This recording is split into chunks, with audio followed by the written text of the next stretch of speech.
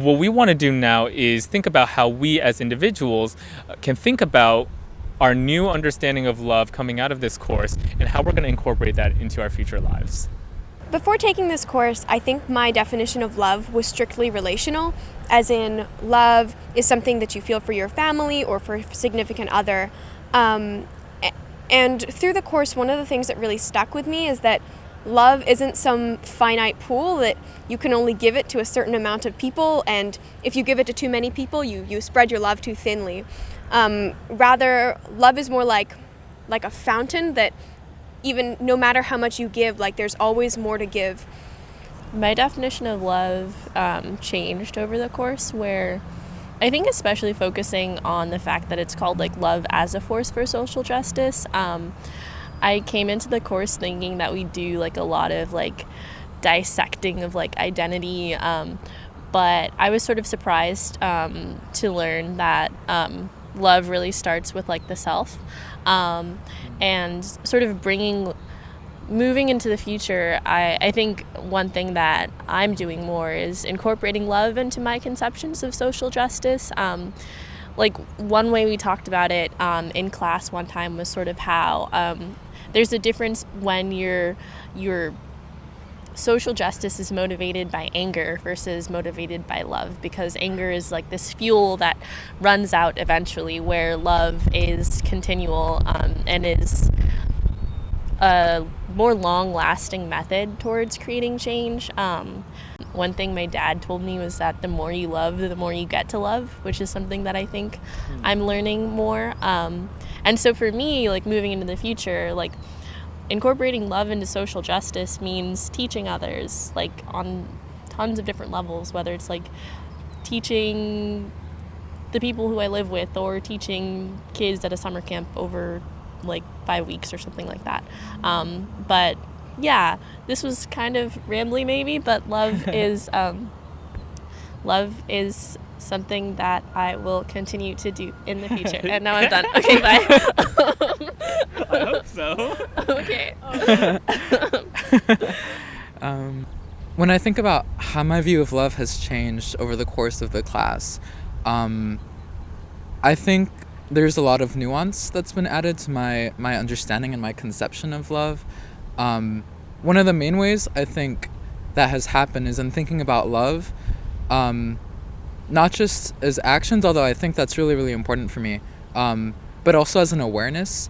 And I think a lot of that came from doing weekly reflections, where we had to reflect on acts of love that either we did or we experienced from others in our lives. I think one of the biggest realizations for me, maybe not realizations, but just really internalizations from this course, was realizing how important vulnerability is to love, and being willing to be vulnerable with the people that you love, and just in general. And I think a big part of being vulnerable and opening yourself up to other people is being honest. And I think that starts on like a day-to-day level. And so I think something that I've been trying to do is in my conversations with anyone that I talk with, whether it's just someone who I see at the dorm or a professor, whoever it is, really being honest when they ask how I'm doing or just ask about my life. And trying to do an honest job of listening when I ask about theirs. Because I feel like it can be very easy often to slip into a habit where you ask about someone's day or you ask about someone how they're doing, but you're not really asking. It's just kind of, you do it because you know that you should, or it's just something that you do. So really trying to be intentional about listening in that way, and being honest in my intentions when I'm asking someone, being willing to give the energy that they need for me to listen and respond.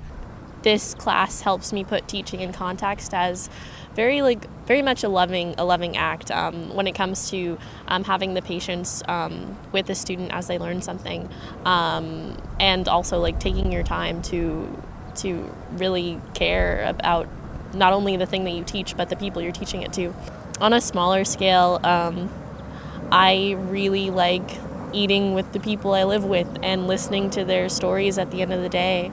Another aspect of the course that stood out for me a lot was learning how love could be viewed as something really powerful, as a source of strength, and something that's really fierce. And that was something very new to me, because I think we think of love as something very soft and very tender and not usable as a motivation to do something. I've tried to be more honest with the people that I love about things about them that I really value and that I think are really special about them. Because as we talked about in class, it's very easy to talk about love and talk about loving others and even agape love, but one of the hardest things for all of us was to practice that kind of loving towards ourselves. I think that we would never say to other people some of the things we can say to ourselves. I just want to make everyone that I love see themselves the way that I see them. I think coming into this course, my conception of love was that it was something that an individual didn't really have any agency about.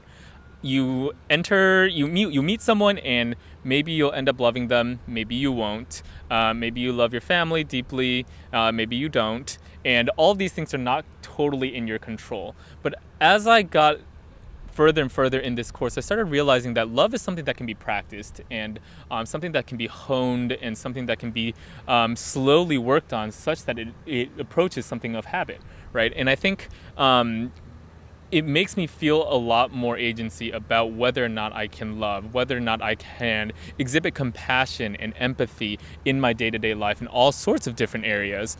One colleague that really comes to mind for me as somebody who was very conscientious and definitely exhibited love in his day-to-day sort of living and lifestyle. When he was walking by certain meeting rooms or classrooms or office spaces and he saw the lights on, he would always go out of his way to just step inside the room, turn it off, and then keep going. When he was outside walking on the street and he saw a bike light that was still turned on, he would always take his time, just 5-10 seconds, move to the bike light, turn it off so that it saves energy and it helps save the person who owns the bike the grief of running out of batteries on their bike light. And these little things that are very easy to do reflected something that was really deep about the habit he had sort of built in considering what other people might need. An act of love that I practice whenever I'm at home in Vancouver, my hometown, is I try and carry around granola bars because often when I walk around, I encounter a lot of homeless and street-involved people. And so instead of giving them coins or money, which I don't often have on me, I can just drop off a little snack for them. Even though it's not maybe something that's as tangible as we think of when we think about a movement or maybe, a specific act of love as giving a gift or spending time with someone. But just having that awareness, I think, really changes the way that I experience life on a daily basis. And I think when we change the way that we experience life and we live, we change the potential for the love that we can give to others and how we can change the world. And I think that's been the biggest way that my perspective on love has shifted over the course of the class.